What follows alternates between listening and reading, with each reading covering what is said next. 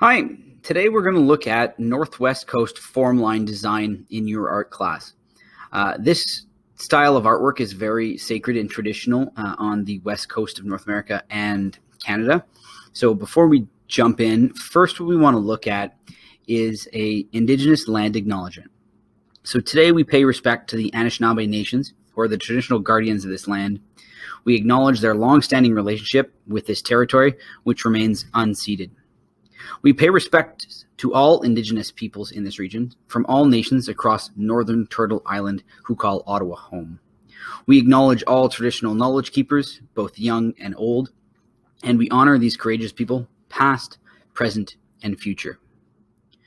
Today we especially acknowledge the 7 nations in northwestern British Columbia: the Haida, the Tsimshian, the Niska, the Haisla, the Gitxsan, the Wet'suwet'en, the Tahltan, and the Tlingit, whose art forms we are going to be exploring through this unit of study.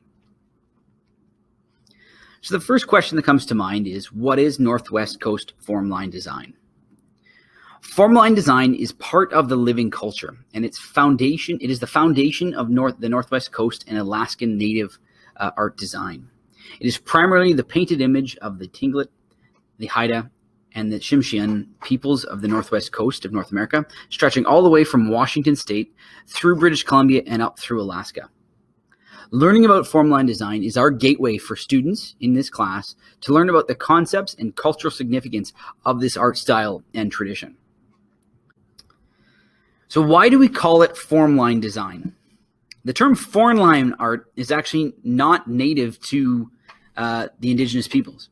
The term Formline was coined by the U.S. art historian Bill Holm in his 1965 book, Northwest Coast Indian Art and Analysis in Form. The first thing we should note is the term Indian in his book. If you look at the time period in 1965, proper terminology wasn't developed yet. So today we use Indigenous instead of the word Indian. But he uses the term Formline to describe the use of characteristic shapes in the artwork. These shapes come in standard forms. We have ovoids, U-forms, crescents, trigons, and S-forms, as well as quadrants. What you'll notice here in this image on the side and during these practice shapes, we have some of these basic shapes laid out. So here at the top left, we have a basic ovoid, this sort of flattened ball look. And the form line is the thick lines that go around them. In the second concept here, on the top right, we have a basic form line, this time with a fine line inside of it to create an eye. In concept 3, we've been given a basic U shape, again with a wide form line at the bottom to grab the U. Concept 4 shows us a split U, right? Again with the form line U shape with a fine line to create the dip in the middle that creates our U. While concept 5 gives us a reverse split. So the same idea with the wide form line at the bottom to create our U shape. We have flipped the U that we saw in concept 4 into concept 5 and actually created negative space in the background with more color. Down at the bottom left, we have our S shape, and these can be stretched or made fine or wide. We have our trigon, which is a T shaped almost on an angle, and then our quadrant. It's sort of 2 points off a line.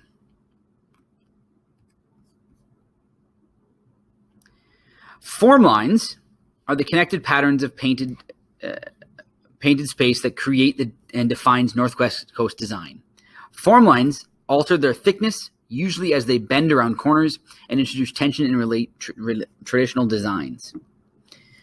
The opposite of form lines are these fine lines. They are thin and remain at the near end of their original thickness, and they add levels of detail and sense of both depth in the painted designs. Formline design uses both negative and positive space. The negative space is the unpainted or uncolored background aspect of formline design. These are like cutout shapes in the dolly pattern. These negative space would be cut away in relief carved designs.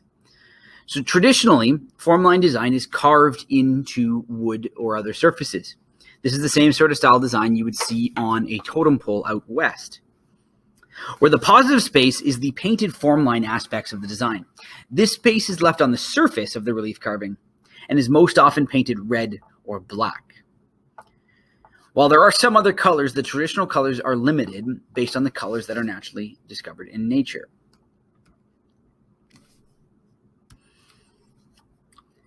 So again, the basic forms. You have that ovoid we talked about, and this is the mother design for formline design. Okay, it allows all other movements to flow within it and eliminate it. The form lines are always thick at the top and thin on the bottom, and the specific proportions vary from artist to artist, and they can change orientations and be upside down, sideways, or upright, but their characteristics always remain the same. Typically, they are used to represent joints, shoulders, hips, wings, fins, eye sockets, or non-specific anatomical parts to help create a flow in the overall design. Your inner ovoid is the same shape as the outer ovoid, but this one floats slightly above the center to allow negative space below it and is always surrounded by a fine line to show the difference between the two ovoids. The U-shapes work closely with the ovoids. They depict flow and movements. The U-shapes are thickest on top, thinner on either side, but the sides can differ from thickness and form, and they are allowed to taper down to other joints. U-shapes and ovoids typically do not stand free on their own, but are always connected to another element of design. The trigons are generally always negative space. These triangle with concave sides help define edges of form lines. These three traditional devices include the crescent and a circle. The crescent shape, again, typically left unpainted. Traditional devices in the form quarter moon that helps define the edges of form lines, and they can be interchangeable with the trigons. Typically, you'll note artists use these trigons or crescents in large form line spaces to break up the space. Circles. The last of the triad of traditional devices is the circle. Again, typically left as a negative, unpainted, or uncolored element. These relieve positive space where form lines connect without defining edges. The circles, crescents, and trigons are core elements of the ancient design in traditional that is first created to interplay between positive and negative space. So if we look at the example down at the bottom, this form line feather on the right and a traditional feather on the left, you can notice the parts of the form line that are used to highlight the parts of the feather. The circle and the point down at the bottom show our quill. The inner ovoids and fine lines help show the shape of the feather moving upwards. And our trigons at the top point to the direction the feather would be going.